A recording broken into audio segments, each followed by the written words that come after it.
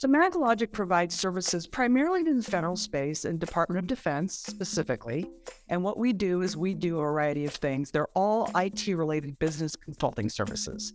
So, for example, we might solve a challenge around enterprise architecture. There are things, of course, in this world of transparency that our government clients need to manage within their systems. And so, of course, we bake that in from an architectural perspective, but also we come back and we assist them in that compliance. Welcome to Business Ninjas, brought to you by WriteForMe, where you'll hear from business leaders who are out there growing their business and slaying it every day. Learn from the masters. Let's get started.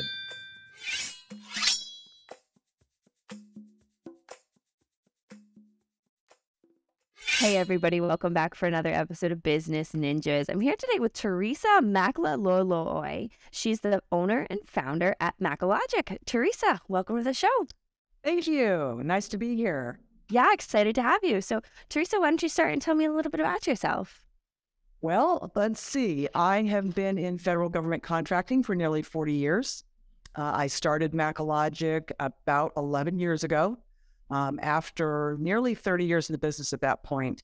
And so we are a 55-person company, a woman-owned small business. I'm the owner. Here, headquartered right outside of Dayton, Ohio, not very far from Wright-Patterson Air Force Base. Interesting. So when you talk about, government contracts, talk to me a little bit more about what Macalogic does. So Macalogic provides services primarily to the federal space and Department of Defense specifically. And what we do is we do a variety of things. They're all IT-related business consulting services. So, for example, we might solve a challenge around enterprise architecture. And so that would be something that we would do for the federal space. There's some very specific rules in place for how those have to be handled. Mm-hmm. We might be working with a client on compliance. There are things, of course, in this world of transparency that our government clients need to manage within their systems. And so, of course, we bake that in from an architectural perspective, but also we come back and we assist them in that compliance. Some people might be thinking of that in terms of auditability, but we assist clients in that space. We do program support, and that includes acquisition. It includes sometimes subject matter expertise and knowledge around the business system. For example, a business system example would be something like an accounting system, mm-hmm. or a system that ships things, a logistics system, something where we order something in supply, that sort of thing. So maintenance, the things that our Department of Defense might need. We provide those kinds of business consulting services where we have some folks that understand the old legacy systems, but also and importantly, the business processes that support those decisions that are made by our federal client. We do that. And then we also do software development. So development, the security related to that, operations and maintenance and that sort of thing. So kind of a broad base.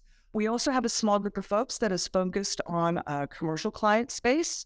One of the things that a lot of people don't know is the I-75 corridor here in Dayton, Ohio, is known for its inventions. You guys probably know about National Cash Register and that sort of thing, Cooper Tire, Rubber, some of the old companies. But we still have a lot of manufacturers up and down the 75 corridor, right at the corner. I like to think of it as the crossroads of America, 75. A lot of small manufacturing companies, and we do managed services for them. We do software and hardware installs, network management and upgrade. We are their IT support services. Yeah, for smaller manufacturers. Wow. So it sounds like, you've been able to grow the business into, several different, areas of expertise to support, these government contracts, to support the businesses. So talk to me about what that growth has looked like for you since, I think you mentioned in 2012, I think that you started Macalogic. So talk to me what that growth has looked like. Well, it's one of those stories. A lot of people say, I've always wanted to be the boss, or I've always wanted to own a company. I can promise you, I never wanted to be the boss, and I never wanted to own a company. I just love what I do. And it was around 2011, I started looking around. I work for a very large multinational firm, excellent company, phenomenal people. And I started thinking about what I really wanted to do with my career at that point. Like I said, it was a little less than 30 years. And I started thinking about the people that I work with and how I wanted to be treated, how I wanted the people around me to be treated. I have a huge heart and passion for small businesses. And so I decided to start my own business. And I originally was a business of one, me, and I was supporting small and mid-sized businesses, again, in the federal space, because that was what I knew. And I was assisting companies in developing business processes, as well as responding to government requirements, writing proposals. A lot of people know me as a proposal manager back in the day, because I love that part of the business. And so I started doing that. And what happened was, over time, I decided that either I was going to work 24 hours a day, 7 days a week, which was not tenable, or I was going to need to really grow the company into an actual company with projects, et cetera. I was lucky enough to apply for and receive admission to the Small Business Administration's 8A program. And that's a whole, another podcast itself. And I gained entry into that. And for those of you who don't have any idea what the 8A program is, it's essentially a set-aside program and a support program that Small Business Administration runs and assists minority owners, minority founders, businesses, socio and economically disadvantaged businesses in business development support, and assist them in entering the marketplace. Well, as I said, I'm a huge fan of small businesses. So with my own small businesses, what I started doing was reaching out to people that I knew, but also responding to solicitations that came out, and just in a variety of ways was able to build from that one person, me, to currently we have 55 folks doing a variety of things in different projects. So. Yeah, that's fascinating. That growth is amazing to hear kind of from your perspective, being able to secure, those different grants. So, when you're talking about, who, you are as a company and talking about your clients, you mentioned kind of, of what I heard, I want to say was, the public sector, being a client of yours, but also commercial small businesses. Am I right? And those are kind of the two areas that your clients tend to fit in? Yeah, you are. I do want to say one thing. We didn't get any grants. We have not received any grants. Oh, What we've done is we've competitively gone after work and then won that work. And again, some of them are set aside for smaller businesses. And in this particular case, sometimes they're even sliced down to 8A businesses. So we compete in that arena, as well as in the regular small business arena. So about 2016, I decided that I had a company at that point. We were, I think I had 16 people. I was the only person in the back office, if you will.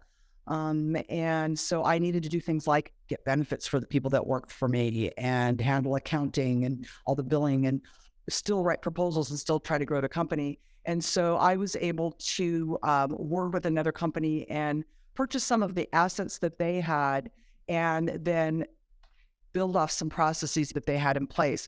One of the things that they had was a small book of commercial business that we have continued to grow. And as a small business owner, one of the things that you're always looking to do is capitalize on anything that happens around you. Like if you're driving your car, you're listening to a podcast, or you're making phone calls. And the commercial business is, because it's IT, because it's managed services, of course, they service our internal IT as well. And so that has been a focus for us. We've got, like I said, a small group of folks here in Dayton. And so our sweet spot really is about 75 miles circumference around Dayton, Ohio. And our ability, because we do hands-on, hardware installs or network troubleshooting and that sort of thing, in addition to the remote managed services that we provide. Oh, wow. So do you think it's that hands-on approach too that also separates Macalogic from its competition? From a commercial perspective, I would say that one of the things that separates us really is the ability to go in and understand what our client is doing in their space. So again, we focus on smaller, mid-sized manufacturers. Mm-hmm.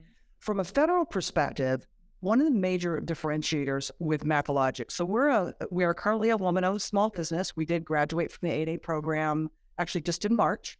Oh, congratulations. Thank you. And so we are a woman-owned small business. But one thing that I think is a major differentiator for us is I've been in this business for nearly 40 years.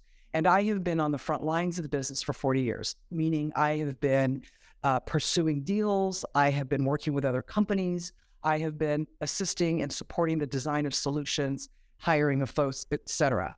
My chief operating officer, Bob Applebaum, he's also been in this business about 40 years. So when you team with Macalogic, what you get is a small business with women-owned small business status, but you also get our 40 years of hands-on experience working at very large companies as well as very small companies. We're flexible. We're able to respond very quickly to our partners' needs as well as to, of course, our clients' needs. And I think that that is a differentiator and is one of the reasons that we have a good book of business that goes across multiple states. Yeah, absolutely. And, like you said, that experience that you bring to the table, that Bob brings to the table, I imagine too that leadership and that guidance also, carries over to the business as well.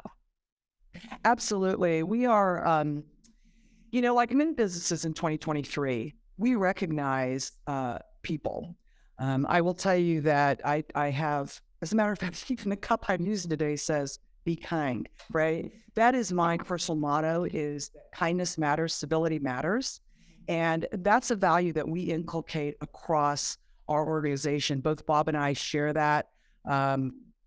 We have known each other for quite a few years, but have worked closely together for the last several. And, one of our passions really is to help smaller businesses also understand that by teaming up with each other, we can offer a stronger solution to our federal clients. And so one of the things we try to do is we try to attract, hire, retain, and support people who understand our the government business, whatever it is, whether that is a maintenance project or a accounting project or whatever, but also who understand that the mission of our department that we're supporting, mission of the Department of Defense, it's the most complex, fascinating, wonderful mission in the world. And I know I have a tendency to jump up a little bit on a soapbox here. I do not come from a family associated with either the military or the Department of Defense in any way, federal or anything. So I didn't have, family that was in the military. Yeah. From the time I was in my early 20s, I've worked on projects that have supported the department. As a result of that, I have been, had the great fortune of meeting a lot of folks doing things that were important around the world. But the other thing that I've been able to see is kind of looking at the values that they bring, the things that we bring on a local level, some of the things that we do here locally in Dayton to support education of people going into STEM-related careers.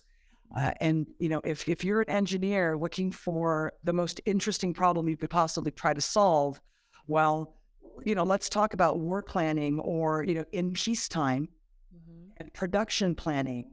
And what do we do with diminishing sources of supply? The DoD has all those really cool, complex things that I think people today, young people today especially, are looking to have as part of their job satisfaction in their careers. So Macalogic's focus really is, as a small business, we believe that other small businesses are valuable across the space because we can be flexible. If my people say, man, we need a better, 401k, well, that gets to me pretty quickly. And we start shopping for better 401k options for them. And we're just that nimble ability to respond to what our employees need, I think is helpful. Yeah. And, I imagine too, that nimbleness also, again, kind of circling back, carries over to your clients as well. And, that leads me to my next question, talking about COVID was a very devastating time for a lot of small businesses.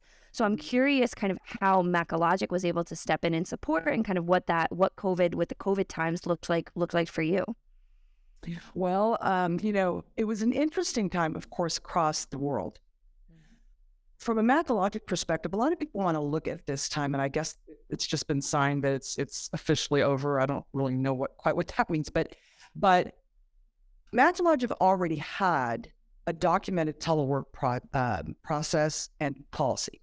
So we did have people that were working at times from home or from remote locations. So we already had a process in place that allowed them to check in and make sure that they were staying on task and to do all the things that needed to be done. In addition, our headquarters facility, because again, a lot of our employees are out at bases and things with our client, At our headquarters facility, we were already making ample use of we use Teams as our platform, but we were already using that on a daily, weekly basis. And we had several employees that were working from home a few times a week. So we were able actually to assist and translate that into supporting our customers, because a lot of our government customers weren't used to that yet. Yeah. And so we were able to provide value in assisting them in getting to that place faster. And then I will say, from a small business perspective, that one of the things that has been, I hate to use the overused phrase, but I don't know what else to use, game changer, right? Prior to the COVID pandemic and to everybody in the world having to become more comfortable doing like this interview you and I are doing right now, sometimes it was difficult to get to clients that I needed to talk to so I could find out what their needs were, so I could propose a solution that was going to be solved for them. As a small business, again, every dollar you spend is a dollar out of your pocket. COVID and the fact that our clients have become much more comfortable meeting with us on some sort of video teleconferencing platform has enabled me as a small business to have a broader reach. I can meet people up in DC, which is about an 8-hour drive from Ohio, for those that don't know, and about an hour-long flight. But I can meet with people in DC rather than having to go up there, and take 3 days or do a bunch of meetings back to back in our nation's capital. I can meet with folks around really the world. I mean, for us, we're a continental United States kind of provider. But I think that there are some unique things that COVID brought to us. And then the final thing I will say about that is my headquarters is here in Ohio. And typically for our back office functions, such as proposal management and contracts management, recruiting, et cetera, we would have the person come into the office here. I have a small office. We have now changed that posture. And for the most part, we have a hybrid working model. But we also cast a wider net so that if somebody is, of course, they need to work the kind of hours we work. So we've got core hours. And so we're like, look, here are our core hours on Eastern time zone. But if you want to do that from California and you're willing to come back to Ohio once in a while for some in-person things, you can do your work. Yeah. And so I think that there have been some really positive changes, and I think that they're here to stay. That's really interesting. Your point about being able to work with, companies outside of the Dayton area, because from my perspective, I feel like prior to the pandemic, Zoom felt very, not personal, I guess is the way to say it, that people are like, oh my gosh, you use Zoom? Like, I don't know about that. But now it's like we're able to build rapport. It's a much different working environment. And, there's a different stigma, I guess, behind, working remote. Right. And I think one of the other things is we've also gotten comfortable kind of doing the, okay, hey, I'm not really camera ready, but I'll turn my camera on for a minute. Hey, how are you? And then let's go no cameras. And I think that people have, because, that whole fatigue around being on a camera, like right in your face all day long, I am not interested in that. Thank you very much. It would just is a little bit much for me. Yeah. I just, like I said, I think that there, and of course, from a negative perspective, we did have several challenges early on, but those we were able to work through and overcome. And I just think that overall, I have a tendency to have a positive outlook.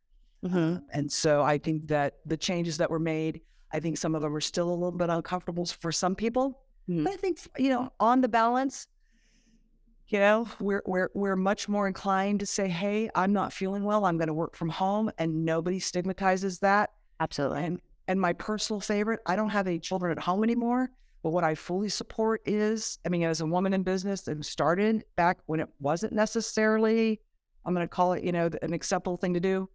Hey, I need to go take my kid to, volleyball practice or whatever it is.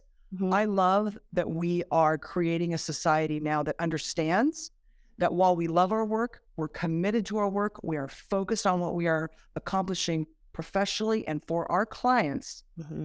We also have families and we're people. And I think that ultimately it will create a kinder society. And again, kindness is my thing. So Yeah, no, and I used to be a school social worker, so kindness, I certainly agree with that. I certainly understand that. But no, and like you said, kind of talking about, being a mother, being able to say, I've got sick kids at home, I can't have my camera on today, or like, hey, do you mind if we push back, or do you mind if I maybe tackle that project later in the day? It makes the world of difference for your employees, just building that trust, being a human and saying, I understand that my company, recognizes who I am. And I like you said, being kind, it's huge. So kind of, pivoting a little bit, talking about misconceptions. I think we started to talk a little bit about that. But do you see any, what would you say the most significant misconception in your field, whether it be the government sector or, or what would you say the biggest misconception is? I think the biggest misconception, and I look at my field of federal government contracting. Mm-hmm. I think that a lot of small businesses shy away from supporting the federal government because they say it's too complex, it's too rigid, it's too hard to break in. You got to know people already. I think that is a huge misconception. I believe that and I'm going to speak to Department of Defense specifically because that's where I support, but I also believe this holds true for other federal organizations. Mm-hmm. Yes, we have rules in place. Absolutely, we do. Uh-huh. And those rules are written down. They are publicly available on the internet. If you do a search on the federal acquisition regulations and you will find them. Mm-hmm. And yes, it does help to understand the environment. But the other thing that we have a lot of, I'm going to call them public-private partnership sorts of organizations. Mm-hmm. One that I'm personally just absolutely love is it's one called AFCEA International. And that is a place where both government people, whether they're in a uniform or they're civilians, mm-hmm. and industry people can come together in a very ethical exchange of information about what's going on, what's needed. But it's also a place for industry members to get to know each other. So the very best way for a smaller business to break into my business space is to team up with, again, like I did when I was first starting my business, you team up with other small businesses, you team up with large businesses, and you learn and you absorb. Mm-hmm. I believe that a misconception is that we've got all of these rules that are kind of designed to limit the field. Frankly, our rules are truly designed to make sure that everything is ethical and transparent. And as a taxpayer, I love that, mm-hmm. but also so inclusive. There are these things called Apex accelerators. They used to be called Procurement Technical Assistance Centers, PTACs. They're now called Apex accelerators. Any small business that is interested in working with the federal government can look it up, APEX, accelerator, and you'll find it. There are people that are locally here, like right down the street from whoever's listening to this, that will assist you in how do I find opportunities? Who do I team with? What are the rules that I need to follow? It is a very inclusive market space. And frankly, from what I can see from the commercial clients that I support, they also have quite a few rules that they have to live with too. Gone are the days where Susie Q, and so the two of you get into the golf course and you make a deal on the golf course. I'm sure that all still happens, but people are making strong business decisions. They're not making decisions based on who they love and like. They are making decisions based on what's right for their organizations. Mm-hmm. And I believe that the federal space is inclusive, open, and very interested in having small businesses support it. It's actually really funny you say that. A few weeks ago, I interviewed the state director of Kentucky's Apex Accelerator. So when you started talking about that, I was like, oh my gosh, this is so funny. But I think, like you said, it is a very inclusive, and there's so many, being honest, I didn't know that Apex Accelerators, were available to small businesses to help them, free. Can I free? It's for free. This is not something that you have to go pay for. Right. They're not going to go find you a contract and hand it to you. But what they're going to do is they're going to provide you with the tools, the training, and the ongoing support that you need to enter our market space. Mm-hmm. The Department of Defense recently published their small business strategy. I think it doesn't matter. It was about published in the last few months. And if somebody goes out and just searches on that, what they'll see is that over the last decade, the number of small businesses in the Department of Defense's industrial base, or the DIB, it's called Defense Industrial Base, has actually shrunk by almost 40%. the department is very focused on changing that position. And as a small business owner myself, I feel like it is, I've been supporting this client since I was in my early 20s. And I feel like it is incumbent upon me as a small business owner to encourage, mentor, and provide support to other small businesses, bring them in and help them see it is an amazing place to work, and you make a difference every single day with no matter what your project that you're on. And so I can't encourage small businesses enough to, ignore that misconception that federal space is a hard place to get into, but also, that it's not inclusive and welcoming. We love to work with new businesses and support new businesses. And I know that my colleagues that own small businesses feel the same. I think, you raised several really great points about inclusivity, about, being open. And it sounds too like people can use Macalogic as a resource in its own in order to, continue to grow. Am I right in that? Well, Macalogic and companies like Macalogic, I do a lot of mentoring myself, but, we're typically teaming with other companies. So that's, if we're teaming with companies, then of course we always bring everything, to the party, if you will. But I think that, going to an Apex accelerator locally is a first, place to look. I would certainly invite businesses that are looking at an opportunity where they feel that Macalogic might have capability to consider our company, but I'm always interested in making recommendations to other small businesses. And, a lot of the way that we do grow our business is because we develop relationships over the years through organizations like AFCEA that holds events throughout the country, actually throughout the world. We go to the ones in this country. But, I think to reach out to other people that are in this space are generally very warm and welcoming and want to team up with you. That's fascinating. That's great. So people wanted to learn more about Macalogic. Where would they go to learn more? You can go to www.macalogic.com. Macalogic, of course, is kind of like Macalolooy. My dad was a big influence on how I named the company, but also a lot of the values I bring to it. So www.macalogic.com. You can find us on Facebook. I think you can search on Macalogic and find us. And we're also on LinkedIn. You can look for me on LinkedIn, Teresa Macalolooy. Not really sure how those handles work. And those places, I'm not the world's biggest technology. I am what is known, I believe, as a late consensus technology adopter. In other words, I wait till everybody else says it's a cool thing, and then I go, "Oh, should I get an iPhone?" So that's me. But yes, www.macalogic.com.